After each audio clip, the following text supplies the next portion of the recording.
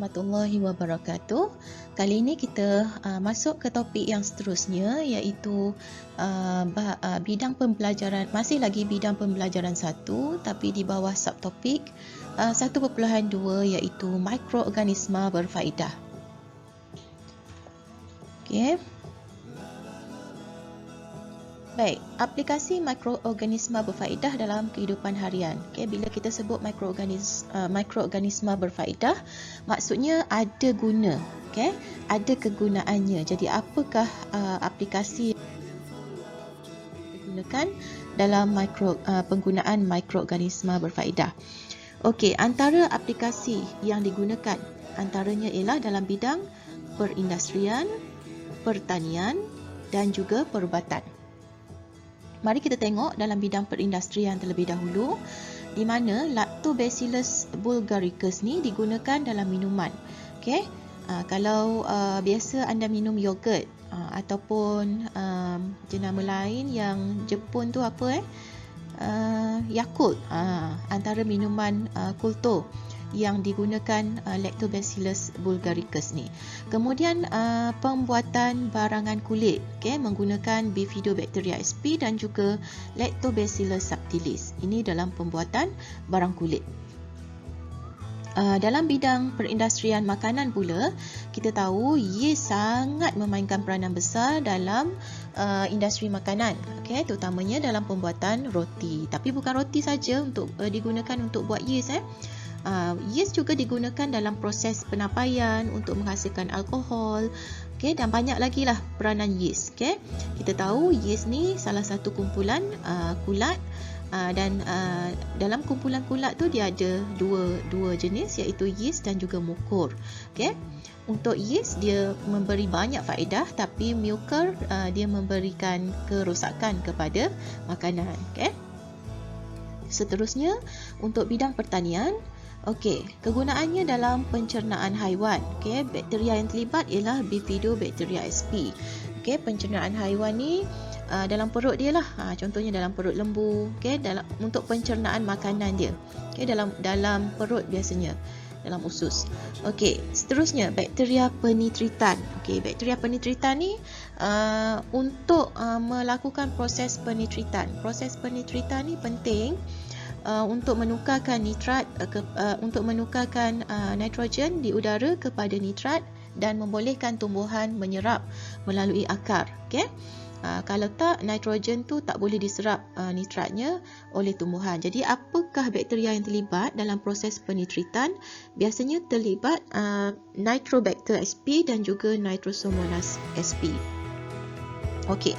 Dalam bidang perubatan pula, bidang yang ketiga ni, dalam bidang perubatan, pembuatan hormon insulin, menggunakan DNA rekombinan E. coli. Kita tahu E. coli ni ada dalam biasanya dalam najis haiwan, tapi dengan teknologi rekombinan, DNA rekombinan, DNA E. coli itu digunakan untuk menghasilkan hormon seperti insulin. Adalah caranya dalam teknologi rekombinan ni. Kemudian seterusnya antibiotik seperti penicillin. Kalau kita biasanya kalau kita ambil antibiotik ketika demam, dalam antibiotik tu ada penicillin. Penicillin, bakteria yang digunakan ialah Penicillium chrysogenum.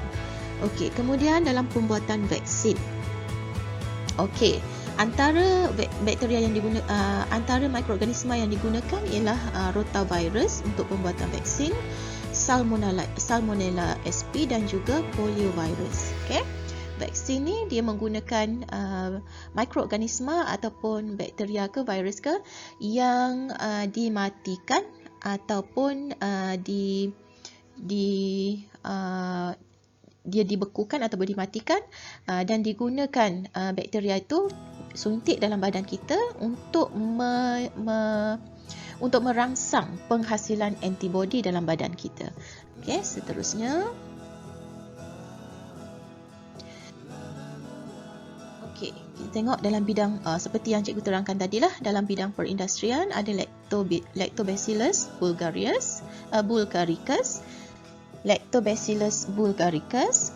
Kemudian dalam pembuatan barang kulit, Bifidobacteria sp dan juga Lactobacillus subtilis. Pembuatan makanan iaitu yeast. Okey, dalam bidang pertanian, untuk pencernaan haiwan, dalam usus haiwan ataupun dalam perut haiwan ada Bifidobacteria sp, bakteria penutritan Nitrobacter sp dan juga Nitrosomonas sp, seperti yang cikgu terangkan tadi, proses penutritan.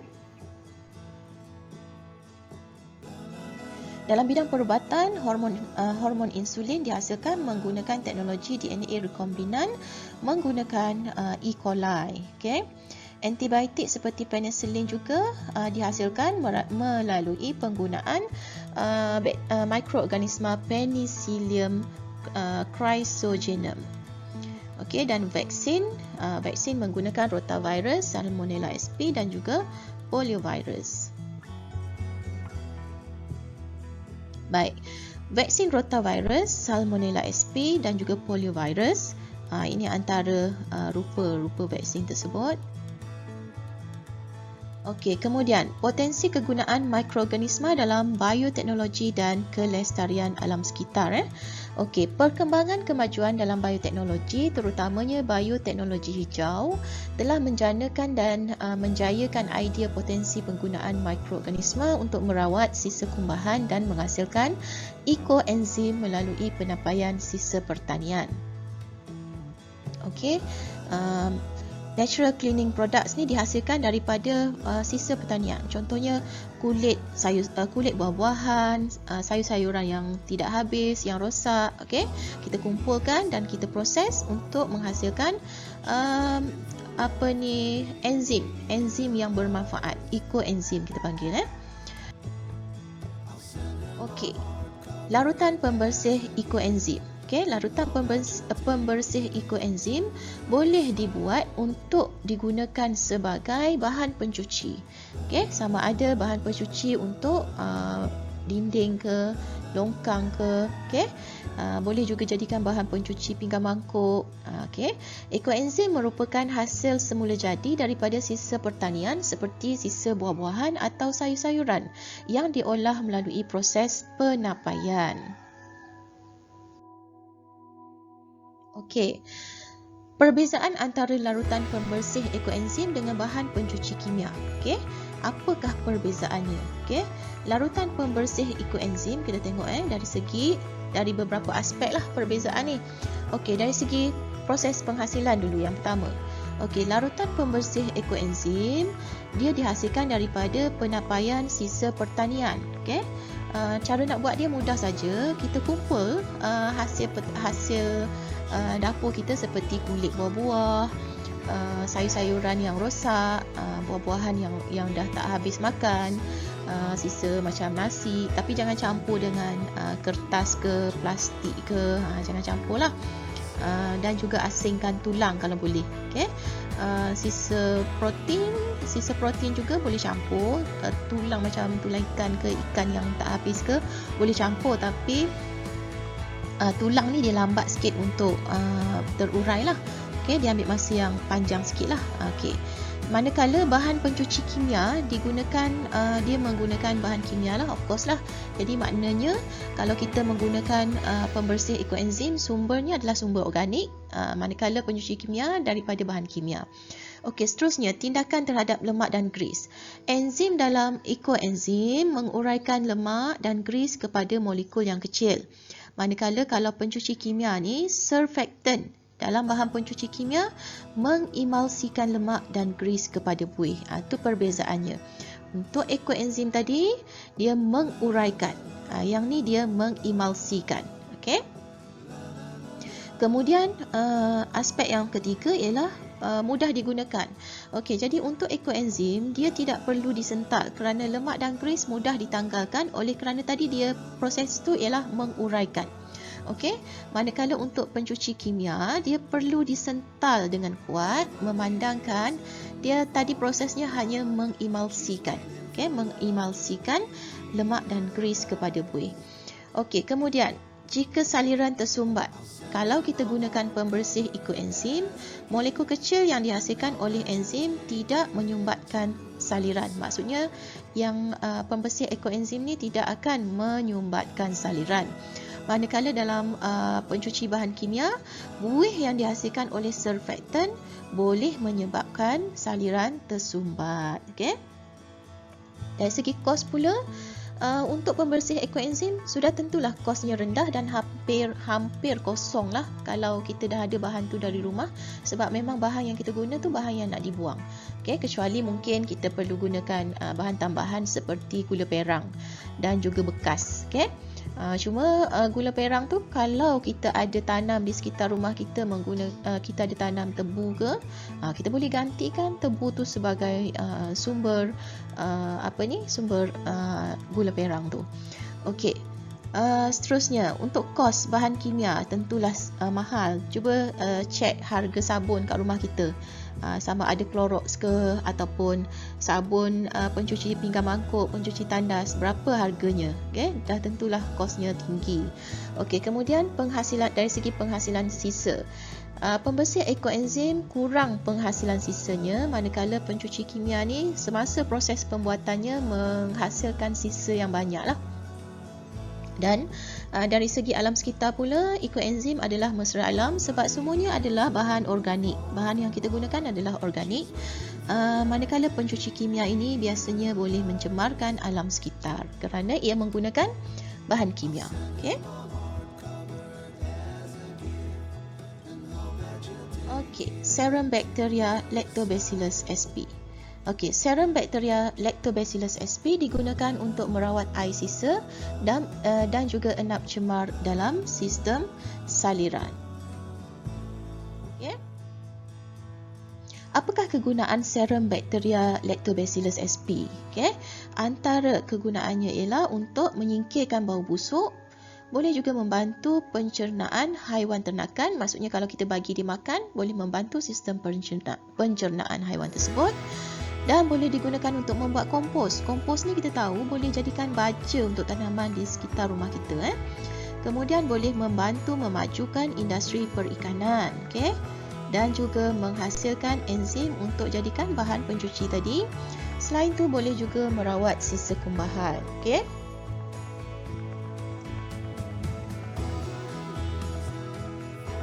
Baik, itu sahaja untuk kali ini.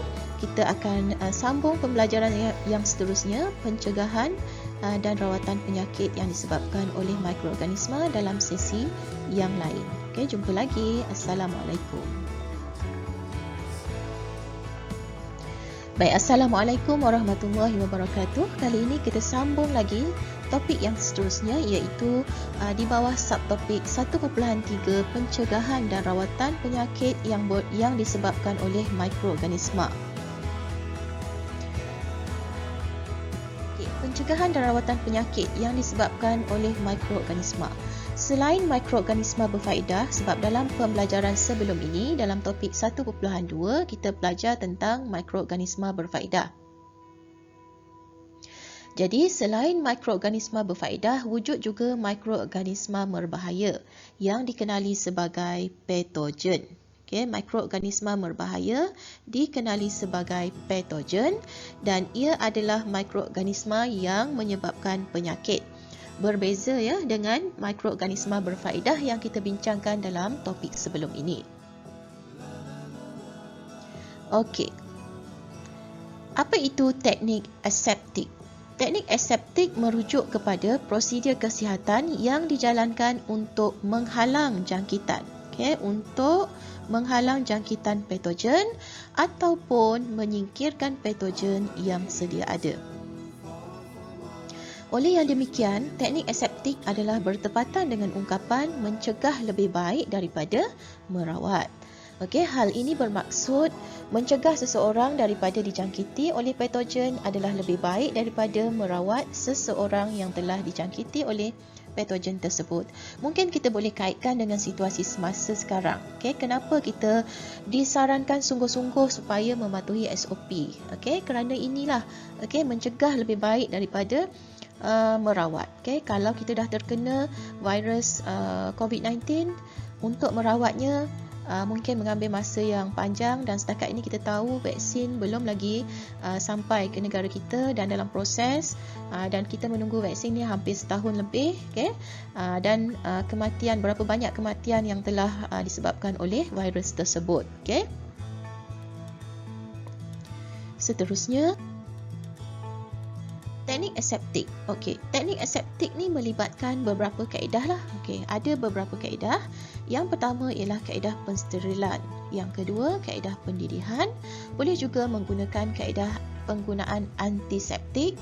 Boleh juga menggunakan disinfektan dan juga menggunakan sinaran. Okey, apa itu semua yang cikgu sebut ni? Pensterilan, pendidihan, antiseptik, disinfektan dan juga sinaran. Apa dia? Kita tengok ya. Baik, yang pertama kaedah pensterilan.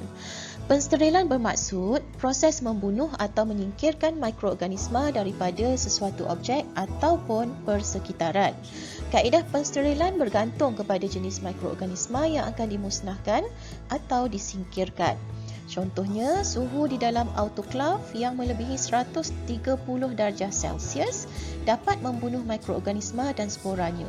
Berbeza dengan kalau kita masak air 100 darjah Celsius, mungkin air tu memang mendidih, okay, memang mendidih, tapi ada setengah-setengah mikroorganisma yang mati tapi sporanya tak dapat dimatikan. Okay, jadi contohnya kalau alat autoklav ni, bila suhunya melebihi 130 darjah Celsius, maka mikroorganisma akan dihapuskan sekali dengan sporanya. Spora tu yang akan menyebabkan dia membiak lagi lah. Okey, penapis mikron pula digunakan untuk menapis zarah-zarah seni dan mikroorganisma dengan saiz antara 0 hingga 0.1 hingga 10 mikrometer daripada cecair ataupun air. Okey. Okey, kaedah pensterilan pula.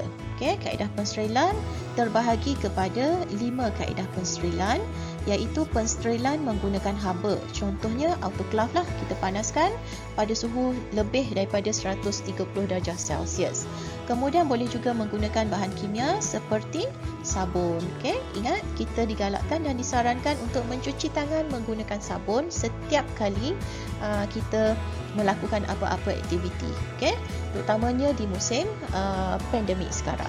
Okey, kemudian boleh juga pensterilan dilakukan menggunakan kaedah sinaran, tapi bukan sebarang sinaran. Okey, bukan sinaran lampu suluh kat rumah kita. Contoh sinaran tu ialah sinaran ultra ungu. Okey, atau dikenali sebagai sinar UV. Kemudian seterusnya kita gunakan boleh juga gunakan tekanan tinggi. Contohnya menggunakan periuk tekanan. Okey. Dan akhir sekali boleh menggunakan penapis, contohnya penapis mikron. Kalau kat rumah kita mungkin ada penapis air tu, okay, kat luar rumah tu. Okay, seterusnya, kaedah pendidihan.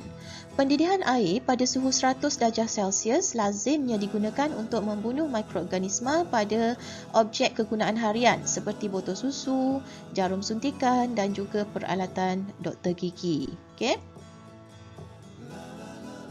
Okey, penggunaan antiseptik pula. Antiseptik merupakan bahan kimia yang dapat disapukan pada permukaan kulit manusia atau luka untuk mencegah jangkitan patogen. Okey, contoh antiseptik ialah acrynyl avin ataupun flavin tu, obat kuning yang kita guna bila kita luka tu, povidone dan juga alkohol isopropyl 70% yang kita boleh gunakan. Okey. Sama alkohol 70% ni lebih kurang sama dengan kita punya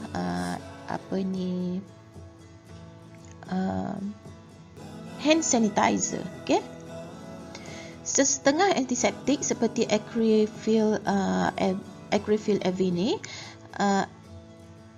sesetengah antiseptik seperti acryflavin, okey, ejaannya tersilap ni, terjauh, sebenarnya dekat. Okey, antiseptik seperti acryflavin dan povidone dapat membunuh mikroorganisma, dan setengah-setengah lagi antiseptik seperti proflavin menyekat atau menghalang pertumbuhan mikroorganisma.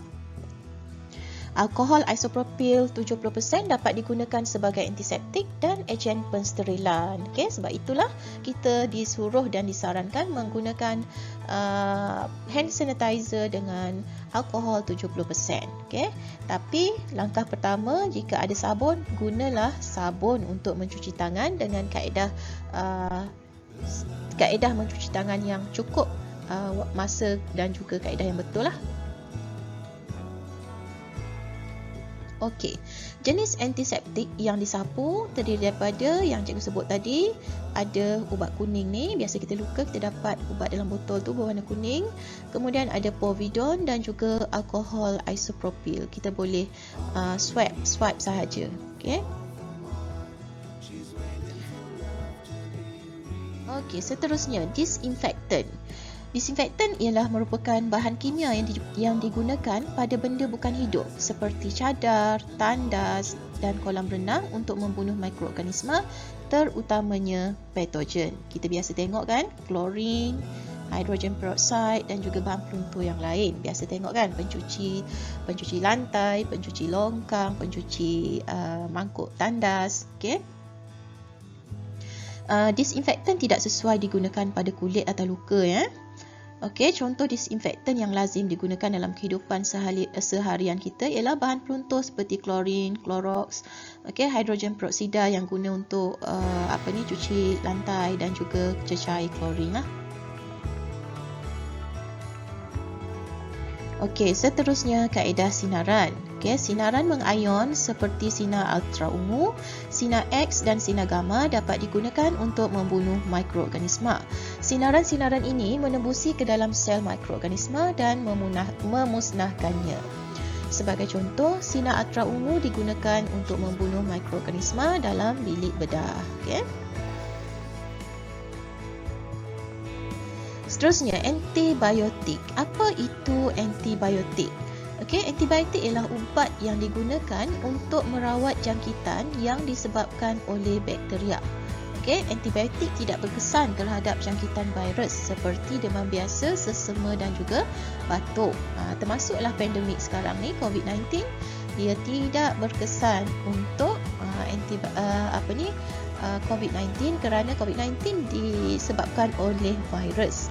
Apakah kerintangan antibiotik? Okay, kerintangan antibiotik berlaku apabila antibiotik hilang keupayaan untuk membunuh bakteria. Oleh itu, antibiotik tidak lagi berkesan untuk merawat jangkitan penyakit. Okey, punca kenapa berlakunya kerintangan antibiotik? Okey, yang pertama, ini yang perlu kita tahu setiap kali kita pergi klinik, apabila kita diberi antibiotik, kita mesti habiskan antibiotik tersebut. Doktor tulis dekat bekas ubat tu mesti dihabiskan dalam tempoh katalah 3 hari atau 5 hari. Okey, jadi kita tengok dulu apa puncanya. Punca yang pertama ialah jika penggunaan antibiotik yang berlebihan. Okey, berlebihan ni maksudnya katalah kita demam, sepatutnya kita boleh cover demam tu dengan antibiotik yang rendah dahulu. Okey? Tapi kita ambil terus antibiotik yang kuat, yang paling kuat. Jadi next time bila kita demam, kalau kita guna antibiotik yang lebih rendah kekuatan dia, maka badan kita dah tak mampu mengesan ataupun merangsang penghasilan antibodi. Okey, seterusnya penggunaan antibiotik yang tidak tepat. Contohnya merawat jangkitan yang disebabkan oleh virus seperti sakit tekak, demam, sesama dan batuk biasa dengan antibiotik. Okey, tak sesuai. Maka berlakulah kerintangan antibiotik. Dan yang seperti cikgu sebut tadi, tidak mengambil antibiotik dalam tempoh yang ditetapkan. Kenapa tak boleh kenapa mesti ikut tempoh yang ditetapkan? Okey, ini kerana katalah doktor bagi antibiotik pada kita untuk dihabiskan dalam tempoh 5 hari.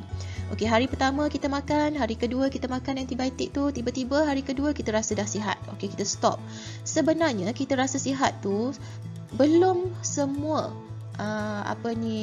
patogen yang ada dalam badan kita telah mampu dimusnahkan oleh antibodi badan kita. Okey, kita ambil hari pertama, antibiotik tu mula masuk ke badan kita, sistem imun badan kita baru mengenali antibiotik tersebut. Hari kedua mungkin baru antibody badan kita mula untuk menghasilkan antibody. Okey, dan hari ketiga mungkin antibody badan kita tengah fight untuk menghasilkan tengah fight melawan patogen. Hari keempat mungkin masih ada sakibaki patogen yang belum dimusnahkan, dan hari kelima masa tu sakibaki patogen akan dimusnahkan sepenuhnya. Jadi sekiranya kita berhenti pada hari kedua, bermaksud proses pemusnahan melawan patogen oleh antibody badan kita ni belum sempurna. Jadi kita dah berhenti, menyebabkan sistem badan kita tak mampu menyelesaikan tugas dia. Jadi berlakulah kerintangan antibiotik. Jadi walaupun kita rasa sihat, jangan sekali-kali berhenti ambil antibiotik jika kita dah mulakan ambil pada hari pertama. Kena teruskan sehingga hari kelima atau ketiga atau hari yang disarankan oleh doktor, ya. Okey, bahaya tak kerintangan antibiotik ni? Jawapannya ialah bahaya, kerana kerintangan antibiotik akan menyebabkan kita mudah terdedah kepada lebih banyak penyakit. Okey. Okey, kaedah rawatan penyakit berjangkit. Okey, penyakit berjangkit ni antara contoh penyakit berjangkit, contohnya ialah pneumonia, okay, yang melibatkan paru-paru, berpunca daripada Streptococcus pneumoniae, dirawat, dan dia boleh dirawat dengan antibiotik seperti penicillin.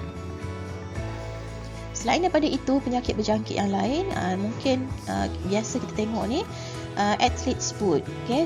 Dia biasanya disebabkan oleh Trichophyton rubrum, sejenis fungi. Okay, dan dia boleh dirawat dengan antifungal seperti clotrimazole. Okay? Jadi antibiotik pun dia ada banyak jenis. Ada penicillin, ada juga antifungal. Okay? Okey, seterusnya contoh yang ketiga ialah kayap. Okay? Kayap ni biasanya disebabkan oleh virus. Okay? Dan boleh dirawat dengan antiviral seperti acyclovir. Okay? Jadi, penyakit yang berbeza tak boleh dirawat dengan antibiotik ataupun ubat yang sama. Jadi, jangan sekali-kali kita pandai-pandai. Kita kata, oh ni antibiotik ni boleh guna untuk penyakit yang lain. Okay? Jadi, sebenarnya tugas untuk preskripsi ubat ni ialah doktor punya kemahiran. Okay? Doktor dan juga farmasis lah. Jadi kita perlu pergi ke doktor untuk mendapatkan nasihat. Jangan sekali-kali kita pandai-pandai je baca Google dan pandai-pandai kita beli ubat tu sendiri dan ambil sendiri. Ini sangat berbahaya dan boleh menyebabkan kerintangan antibiotik seperti yang kita bincangkan tadi, ya. Okey, maka tamatlah untuk tajuk ini. Sekian untuk bab 1. Kita akan sambung untuk bab seterusnya di sesi pembelajaran akan datang. Assalamualaikum warahmatullahi wabarakatuh.